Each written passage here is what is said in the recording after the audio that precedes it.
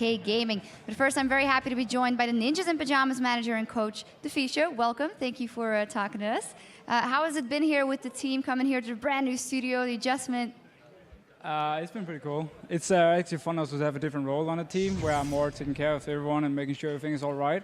And also showing them a little bit around in the studio and telling them how to behave and everything. Do you miss being a player, or is this a role that you think, I could do this for a while? I like this role, but I also miss playing. I will admit that. Well, I can see that. Now, of course, you guys came here, and you're going to have to play KMT tomorrow. Now, just a while ago, you were playing at IEM Cologne. You lost to the Copenhagen Wolves there. What does that do to you, knowing that 2 weeks later, you're going to have to give your best performance to date? Losing to Copenhagen Wolves was probably the best thing that could happen for us as a team, because it was like a wake-up call. We realized we really had to work hard for this, and it was not just, free win in the relegation. So we instantly went home. We made like a schedule, get up in the morning at 11, play 10, 12 hours every day, discuss, watch replays, prepare for this, and we've been doing this for 2 weeks now. So losing there and gave us the motivation and like the wake-up call to really prepare for this, so now we feel ready. So you guys were maybe not 100% then, but still, Copenhagen Wolves very strong. They qualified here. How do you think they are going to do in the LCS? I think Copenhagen Wolves is going to be top 5 team, probably. I can't really put them like top 3 right now. We've seen Fnatic and Gambit and Alliance also doing really well, so it's hard for me to just put them up there.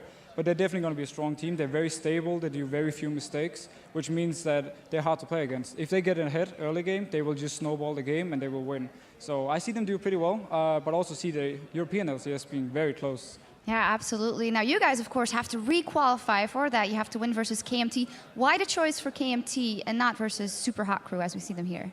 It was a pretty hard decision because we think both teams are almost equal. But we looked at KMT and we looked at their individual players, and we kind of decided that we felt the top laner and the bot laner on KMT was slightly worse than Super Hot Crews, which meant that we would have an easier time using our very strong bot lane and also our very strong top laner and simply take control of the map like that. Nukelock will hold his own in mid lane against everyone, so we weren't scared about that. So we simply felt that by giving Sword Zero and our bot lane a slightly easier matchup, then we had a better chance of qualifying.